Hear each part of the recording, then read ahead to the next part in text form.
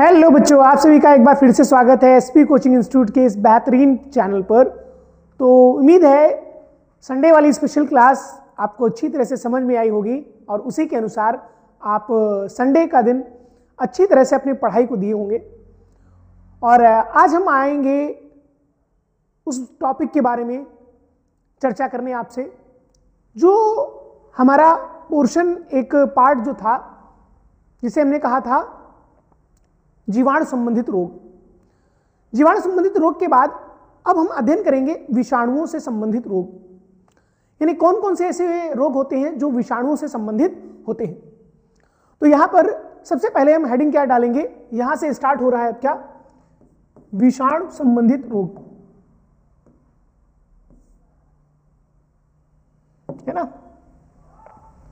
लिखेंगे क्या,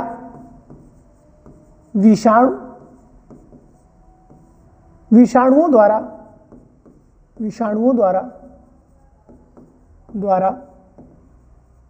होने वाले रोग। विषाणु द्वारा होने वाले रोग, देखिए याद रखिएगा, जो हमारे एनसीईआरटी के अकॉर्डिंग है ना, वो हम उन्हीं के अकॉर्डिंग जो डिजीज हमारे सिलेबस में दिए गए हैं और जिनके आने के चांसेस ज्यादा हैं उन्हीं के बारे में हम अध्ययन करेंगे, है ना, और डिटेल में हम स्टडी करेंगे उसके बारे में। सबसे पहले हम पढ़ेंगे जुकाम के बारे में, है ना, जुकाम के बारे में, ठीक है। नंबर 2 पर पढ़ेंगे हम डेंगू के बारे में, और नंबर 3 पर हम पढ़ेंगे किसके बारे में, चिकनगुनिया के बारे में, चिकनगुनिया, ठीक है। सबसे पहले जब हम कॉमन कोल्ड यानी जुकाम को कहेंगे तो हम हेडिंग डालेंगे क्या, जुकाम, यानी इसको बोल रहे हैं क्या, कॉमन कोल्ड, ठीक है। यहां पर याद रखें कि वायरस से संबंधित जितने भी रोग होंगे लगभग उनमें ट्रीटमेंट जो अवेलेबिलिटी होती है, या यूं कहें जो उनका उपचार होता है, काफी दुर्लभ होता है। तो इस बात को याद रखें कि जितने भी वायरस के आएंगे वो इतनी आसानी से ठीक नहीं होंगे, या लगभग ना के बराबर उनका इलाज होता है। तो सबसे पहले हम क्या कहेंगे, जब मैंने आपको रोगों के बारे में अध्ययन कराया था, जब पढ़ाया था मैंने उसके बारे में, तो हमने कहा था सबसे पहले क्या जानेंगे हम, कारक। तो कहेंगे कारक, सबसे पहले बात करेंगे किसकी, कारक की। तो कारक में हम कहेंगे जुकाम का कारक कौन सा होता है, तो इसको बोलेंगे राइनो वायरस। क्या नाम लेंगे, राइनो वायरस के कारण, ठीक है। क्या कहेंगे, राइनो वायरस के कारण होता है, ठीक है। अब इसमें कई बार ऐसे कुछ किताबें अगर पढ़ेंगे ना तो उसमें लिखा होता है 75% जो होता है वो राइनो वायरस और 25% जो होता है वो कोरोना वायरस। ऐसे एग्जाम्पल आप देखेंगे कि जैसे आपका जो वायरस वाले, जैसे कोरोना हो गया, तो लगभग ट्रीटमेंट धीरे करके कितना टाइम लगा था इसका ट्रीटमेंट करने में या ढूंढने में। फिर इसके बाद कारक के बाद हम कहेंगे क्या, कारक के बाद हम किसके बारे में चर्चा कर रहे थे, हमने कहा था कारक के बाद आपको पता होना चाहिए कि लक्षण। भाई अगर किसी को कोल्ड हुआ है ना, ऐसा ही शायद ही कोई हो जिसको कोल्ड ना हुआ हो, तो कोल्ड में क्या क्या होगा, लक्षण, रोगी के अंदर क्या क्या लक्षण दिखाई देंगे, आपने अपने अंदर जो लक्षण देखे हों वो भी लिख सकते हैं। भाई कहेंगे क्या, नाक का बहना, नाक का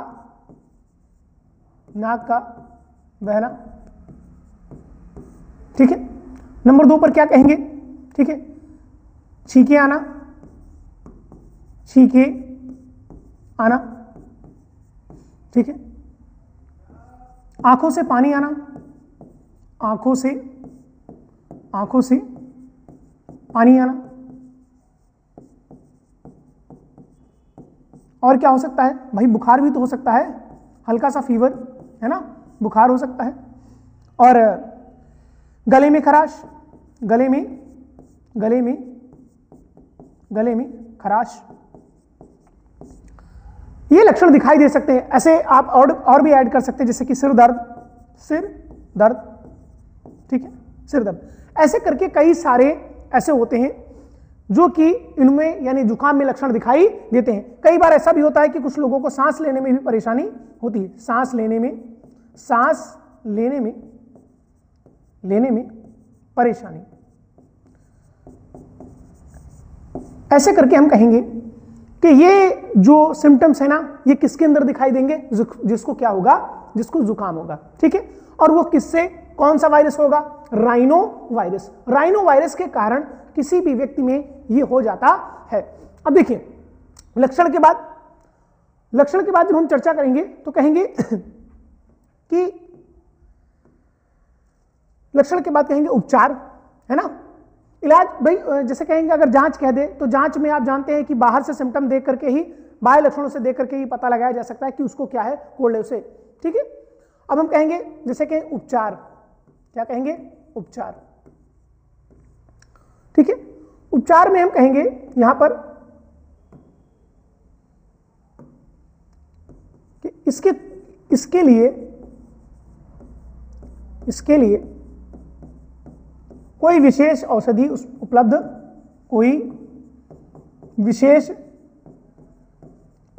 औषधि उपलब्ध नहीं है, औषधि उपलब्ध नहीं है, उपलब्ध नहीं है, ठीक है। जुकाम के लिए कोई प्रॉपर ट्रीटमेंट नहीं है, ठीक है। लेकिन कुछ ऐसी औषधियां जैसे आप जानते हैं, जैसे पैरासीटामोल को भी आप ले सकते हैं, विक्स एक्शन 500 भी आती है ऐसे करके, और आप जैसे सिट्रजिन वगैरह भी लिया जाता है, ऑल चेस्टॉन कोल्ड करके, ऐसी कई सारी औषधियां आती हैं जिनको लेने से आराम मिलता है, जिनको लेने से क्या होता है, आराम मिलता है, थोड़ा सा रिलैक्स होता है। इसका कोई भी प्रॉपर ट्रीटमेंट अवेलेबल नहीं है, ठीक है। तो हम कहेंगे इसके लिए कोई भी विशेष औषधि उपलब्ध नहीं है। भाई हम देखते हैं ना, कहते हैं कि विक्स एक्शन 500 ऐसा होता है ना, विक्स लगाते हैं तो विक्स वगैरह लगाने से या वो क्या लेने से, स्टीम वगैरह लेने से, तो क्या होता है कि हमें उसमें आराम मिलता है, पर वो ठीक नहीं होता है, हमें आराम मिलता है। देखिए आराम मिलने में और ठीक होने में, दोनों में अंतर होता है। किसी चीज से आपको आराम मिले, जैसे दर्द से आराम हो, यानी कि दर्द कम है, और दर्द ठीक हो जाए तो वो एक अलग चीज है ना। तो हम कहेंगे इसके लिए कोई भी विशेष प्रकार की औषधि उपलब्ध नहीं है। ये था जुकाम या कॉमन कोल्ड के बारे में। हम कहेंगे एक और भी इसमें ऐड कर सकते हैं, जैसे मैं कह दूं कि फैलाव कैसे होगा, फैलाव कहेंगे ड्रॉपलेट इन्फेक्शन के दौरान, यानी ड्रॉपलेट इन्फेक्शन भी हो सकता है, यानी कि ड्रॉपलेट यानी छींक, वैसे जो होता है संक्रमित व्यक्ति या कहते हैं छींक वगैरह जो होता है उसको, वो हमारे उसके संपर्क में, यानी ड्रॉपलेट इन्फेक्शन के द्वारा, जैसे कोई छींकता है ना, छींकने पर ड्रॉपलेट जो निकलते हैं वो दूसरे उसमें क्या होते हैं कि उसमें वायरस उपस्थित होगा, वो दूसरे के पास जाकर के उसे भी संक्रमित कर सकता है, ठीक है। दूसरी बात हम कहेंगे संक्रमित व्यक्ति के संपर्क में आने पर, संक्रमित व्यक्ति के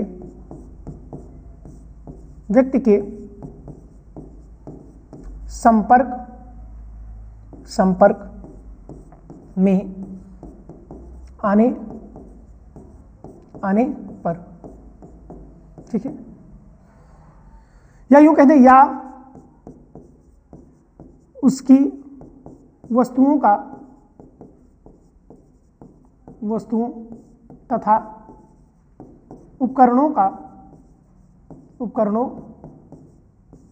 का प्रयोग करने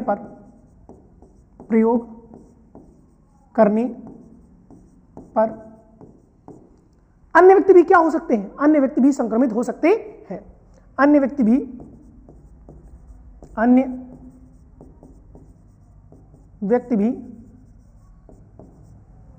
संक्रमित हो सकते हैं, संक्रमित हो सकते हैं।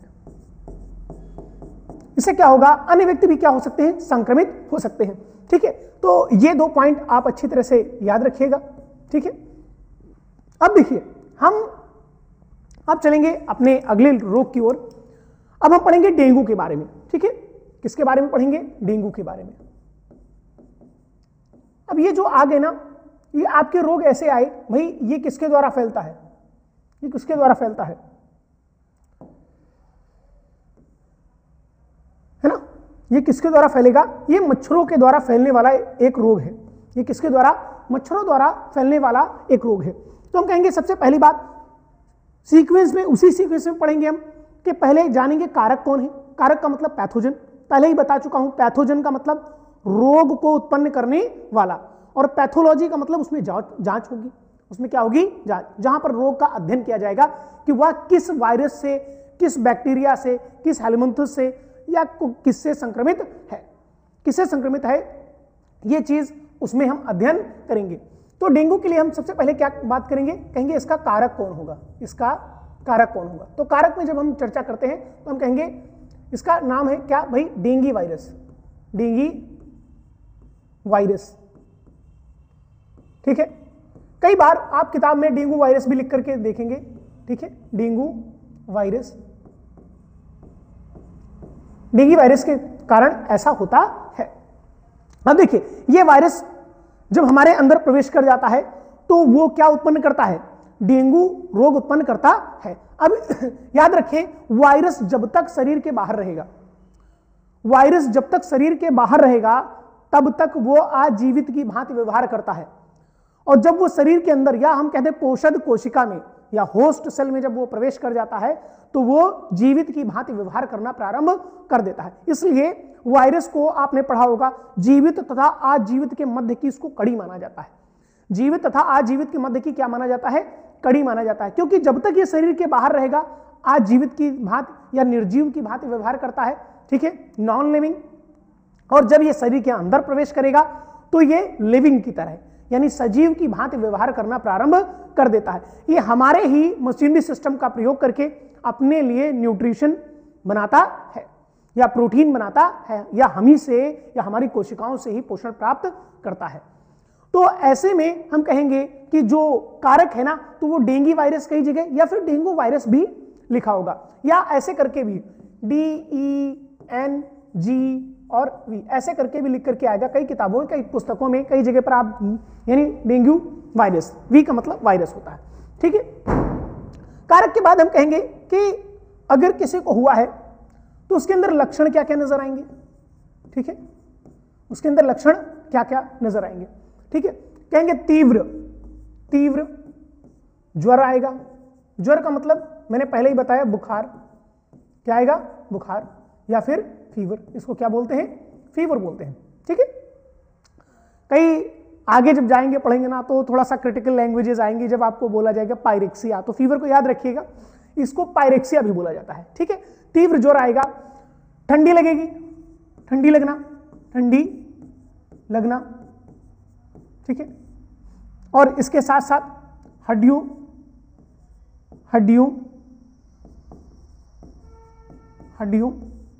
में दर्द, ठीक है, हड्डियों में क्या होगा? दर्द होगा। फिर उसके बाद सिर दर्द और बदन दर्द, उल्टी आना, ये इसके जो होंगे, ये इसके कॉमन सिम्टम्स उसमें दिखाई देंगे। एक, ये दूसरा, ये तीसरा, ये चौथा, ये कौन सा? पांचवा, और ये आपका रहेगा छठा। ये इसके अंदर ऐसे यानी जिसको डेंगू हो जाएगा उसको उसके अंदर ये लक्षण दिखाई देंगे।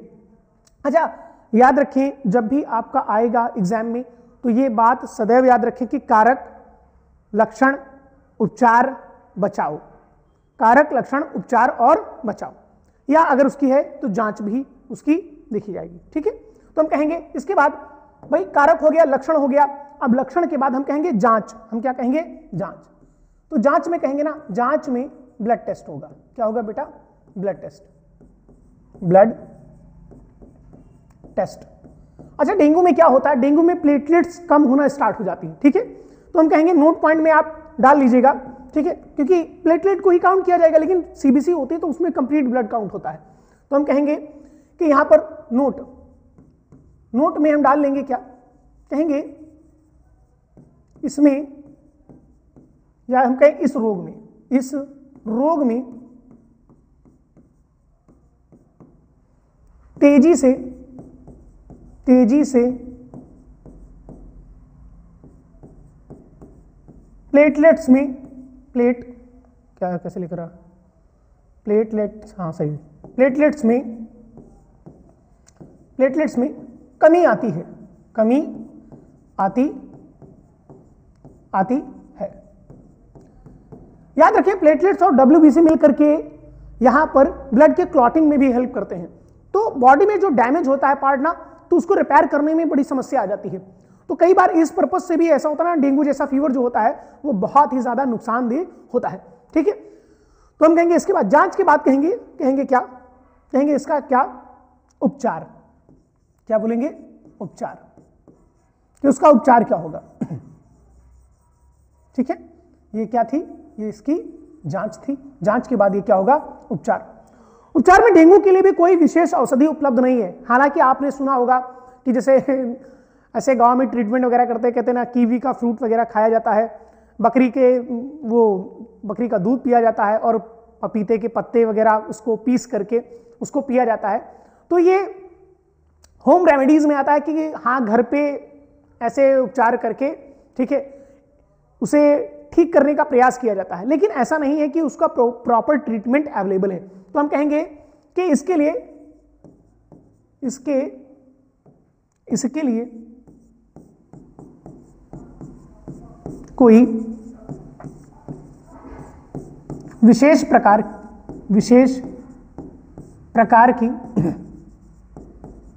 की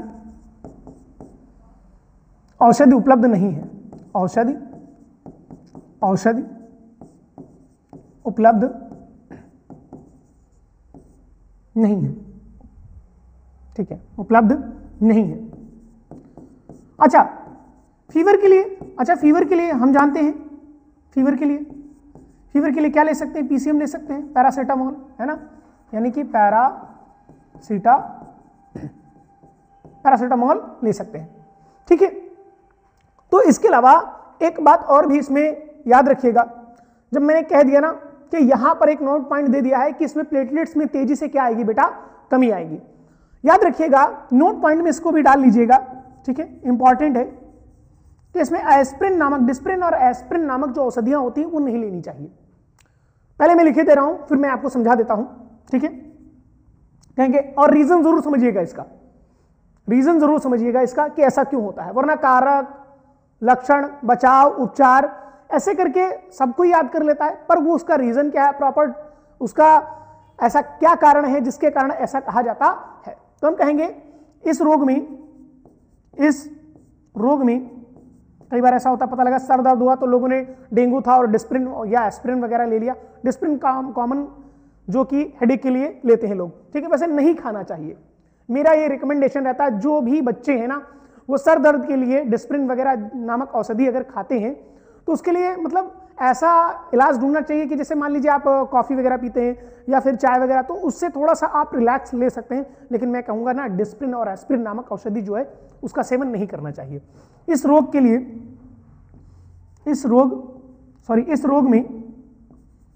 में डिस्प्रिन तथा एस्प्रिन, ठीक है, नामक औषधि नहीं लेना चाहिए। औषधि नहीं लेना चाहिए।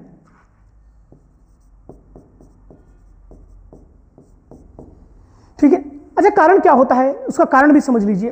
कारण यह है कि देखिए यहां पर क्या है, प्लेटलेट्स में कमी आ रही है और डिस्प्रिन और एस्प्रिन जो होती है ना वो और ज्यादा क्या कर देती हैं कि ब्लड की क्लॉटिंग में क्या करेंगी, बाधा उत्पन्न करेंगी। ब्लड की क्लॉटिंग में क्या करेंगी, बाधा उत्पन्न करेंगी। कि कहेंगे ना एंटी क्लॉटिंग प्रॉपर्टीज उसके अंदर होती हैं, उसके अंदर एंटी क्लॉटिंग प्रॉपर्टीज होती हैं। वैसे भी क्लॉट नहीं हो रहा है, उसमें कमी, प्लेटलेट्स में और भी कमी आ रही है, और अगर इसने तो ज्यादा समस्या उत्पन्न हो जाएगी, जिसके कारण एस्प्रिन और डिस्प्रिन नामक इसमें औषधि लेना नहीं चाहिए।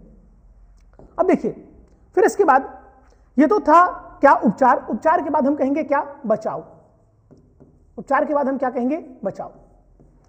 याद रखें बचाव में इसमें लिखवा रहा हूं, बचाव में इसमें लिखवा रहा हूं, लेकिन जब हम प्रॉपर बात करेंगे ना दूसरे वाले डिजीज की यानी चिकनगुनिया के बारे में, तो वहां पर भी बचाव के बारे में यहीं पर लिखेंगे। अच्छा याद रखें, एक चीज छूट गई है तो उसको ऐड कर लीजिएगा। यहां पर मैं स्लाइड में ऐड किए दे रहा हूं, ठीक है, यहां पर, ठीक है, मच्छर का नाम लिख लीजिएगा, मच्छर का नाम लिख लीजिएगा, ठीक है, स्लाइड में, ठीक है, यहां पर लिख लीजिएगा एडीज, एडीज एजिप्टाई, एजिप्टाई, ठीक है। तो हम कहेंगे एडीज एजिप्टाई मच्छर, और ये कौन सा, ये मादा मच्छर होती है, ये कौन सी मादा मच्छर है, ठीक है, फीमेल, फीमेल एडीज एजिप्टाई। याद रखें जो खून चूसने का काम है ना वो मादाएं ही करती हैं, ठीक है, ये कीटों से संबंधित भी है, वास्तविक जीवन से संबंधित भी है, और ये महिलाएं ही खून चूसने का ही काम करती हैं, ठीक है। तो कहेंगे यहां पर भी है फीमेल, मेल जो होता है ना मच्छर वो खून नहीं चूसता है वैसे ये एक जोक ही था, लेकिन उसका भी एक रीजन होता है। देखिए मादा जो होती है ना, मादा अंडे देती हैं, अंडे का पालन पोषण करने के लिए उन्हें ब्लड से न्यूट्रिशन चाहिए होता है, यानी रक्त से ही पोषक पदार्थ चाहिए होते हैं, तो वो ब्लड को क्या करती है, सक करती हैं, यानी ब्लड को चूसती हैं। और भाई अब मेल तो अंडे देंगे नहीं कि वो पालन पोषण करेंगे, इसीलिए क्या होते हैं, मादा मच्छर ही खून चूसने का कार्य करती है, ठीक है।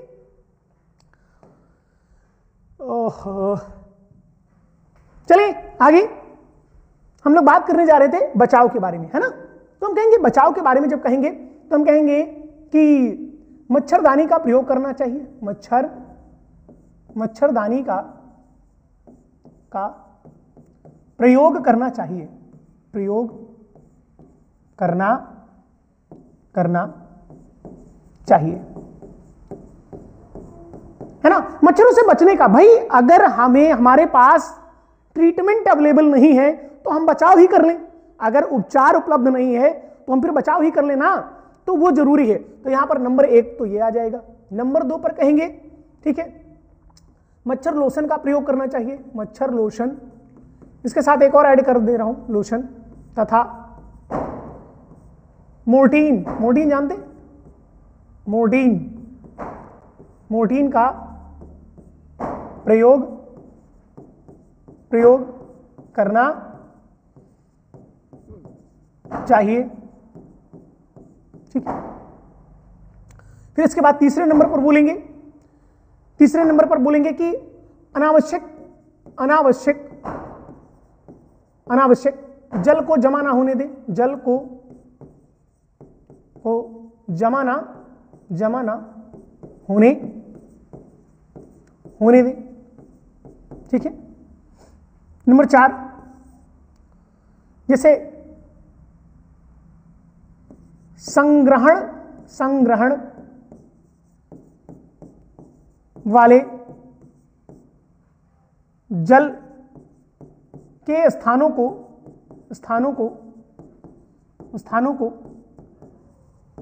नियमित समय से साफ करना चाहिए, नियमित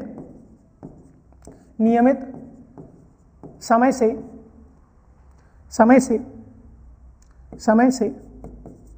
साफ करते रहना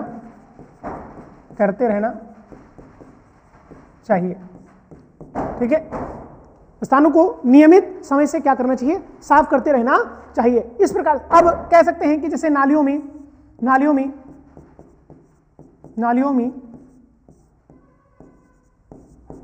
अंडे ना पनप पाए, अंडे ना पनप पाए, इसके लिए रासायनिक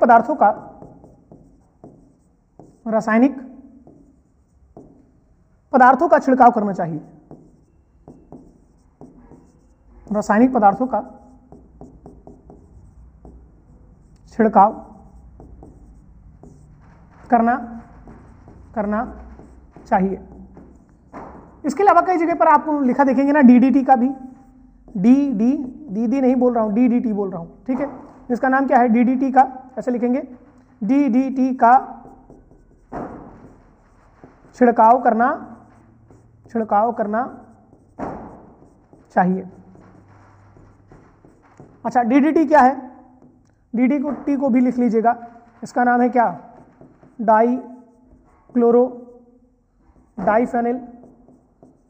डाइफेनिल ट्राइक्लोरोइथेन।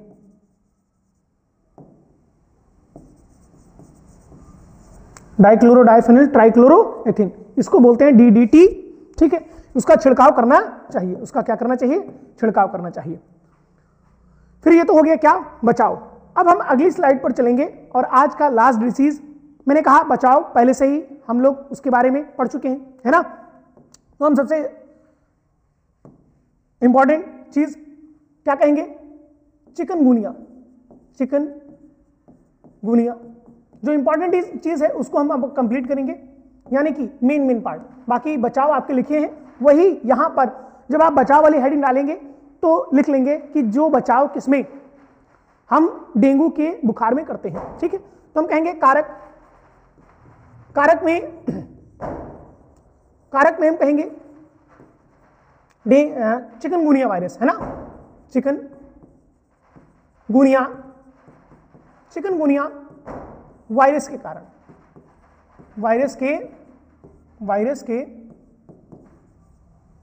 कारण, इसको ऐसे भी लिख सकते हैं चिकवी, है ना, ऐसे भी लिखा जाता है चिकवी, है ना, यानी चिकनगुनिया वायरस। अच्छा, मच्छर कौन सा? फिर से वही कॉपी पेस्ट दोनों ही, एडीज मच्छर। कौन सा? एडीज मच्छर के कारण होता है, मच्छर के कारण होता है। यह रोग भी किसके कारण होगा? एडीज मच्छर के कारण होगा। वैसे अगर आप सिलेबस क्वेश्चन में पूछेगा ना तो इनके मच्छर को जरूर याद रखिएगा, क्योंकि इसके बाद अलावा भी आएंगे, जैसे आएगा मलेरिया भी आपका आएगा, तो उसमें भी आपको याद रखना कि मादा एनाफिलिस, ठीक है। फिर उसका आएगा हाथी पाव, फील्ड पाव, एलिफेंटियासिस, तब उसमें आपको याद रखना पड़ेगा क्यूलेक्स, है ना, क्यूलेक्स पाइपियंस वगैरह के बारे में आपको याद रखना पड़ेगा। तो हम कहेंगे कारक के बाद, यहां पर बात करेंगे किसके बाद? कारक और मच्छर के बाद हम बात करेंगे क्या? लक्षण। क्या बात करेंगे? लक्षण। इसमें भी क्या होगा? बुखार आएगा।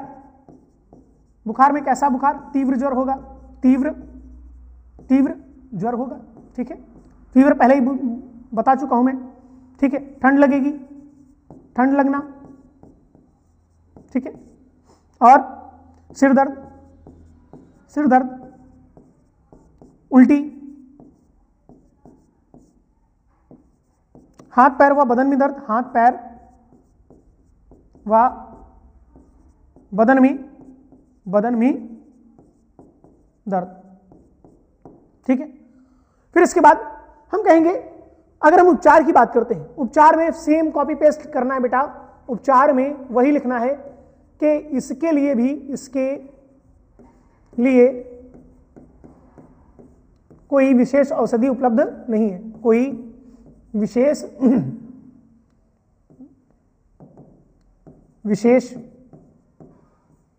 औषधि उपलब्ध नहीं है, औषधि उपलब्ध नहीं है, ठीक है। फीवर के लिए कौन सी ले सकते हैं? फीवर के लिए फिर से कौन सी लेंगे? PCM, ठीक है। कौन सी लेंगे? PCM। तो उम्मीद है ये तीनों रोग आपको अच्छी तरह से समझ में आए होंगे, और अगर आपको अच्छी तरह से हमारी क्लासेस समझ में आ रही ना तो इनको लाइक करिए, सब्सक्राइब करिए और ज्यादा से ज्यादा लोगों को शेयर किया करिए बेटा, ठीक है। और प्रॉपर अच्छी तरह से, अगर कोई भी लेक्चर आपको समझ में नहीं आता है, कोई भी डिजीज आपको समझ में नहीं आता है, कोई भी क्वेश्चन है, आप क्वेरी आप कर सकते हैं, आप कमेंट बॉक्स में वो क्वेरी अपनी डाल सकते हैं, वहां पर आप अपने क्वेश्चन को पूछ सकते हैं, ठीक है। तो कुल मिलाकर के ये अच्छी तरह से तैयार करते रहिए, इनमें से कोई ना कोई एक या दो रोगों के बारे में अवश्य ही पूछा जा रहा था। पूछा जाएगा मतलब, ठीक है। तो कैसा लग रहा होगा इस समय? आप तो जग करके पढ़ाई कर रहे होंगे कुछ बच्चे, और जो नहीं कर रहे हैं ना वो करना स्टार्ट कर दें बेटा, अच्छी तरह से प्रिपरेशन स्टार्ट कर दें। संडे वाली स्पेशल क्लास को जरूर ज्वाइन करें, अच्छी तरह से उसे ध्यान से देखें किस प्रकार से आप अपनी तैयारी को और भी बेहतर बना सकते हैं। कहते हैं कि भाई इस समय तो रातों को जग रहे होंगे ना, तो हमारे भी समय में हमको भी याद आता था, तो कभी हम भी लिखा करते थे, कहते रातों को जग रहे थे, रातों को जग रहे थे किस्मत को जगाने के लिए, किस्मत भी रूठ करके बैठी थी उसको मनाने के लिए, किताबों को खंगाल कर किस्मत को ढूंढ रहा था, किताबों को खंगाल कर किस्मत को ढूंढ रहा था। हर पन्ने की दास्तां ही कुछ अलग था, हर पन्ने का दास्तां ही कुछ अलग था। तो उम्मीद है हमारी क्लासेस आपको अच्छी लग रही होंगी, मोटिवेशनल से लेकर के ये आपको लेक्चर वाली क्लासेस, सारी की सारी क्लासेस आपको अच्छी तरह से अगर समझ में आ रही तो मैं दोबारा कहूंगा इसको लाइक करें, सब्सक्राइब करें और ज्यादा से ज्यादा लोगों को शेयर करें। तो थैंक यू सभी बच्चों को, आज के लिए इतना ही। मिलते हैं अपनी अगली क्लास में, अन्य वायरस से संबंधित रोगों के बारे में हम चर्चा करेंगे। उसके बाद एक और क्लास होगी जिसमें हम वायरस के बारे में चर्चा करेंगे, वो कल ही क्लास आपकी मॉर्निंग में 6 बजे अपलोड हो जाएगी, तो उसमें भी आपका ये कंप्लीट हो जाएगा। थैंक यू क्लास, आज के लिए इतना ही। Thank you so much.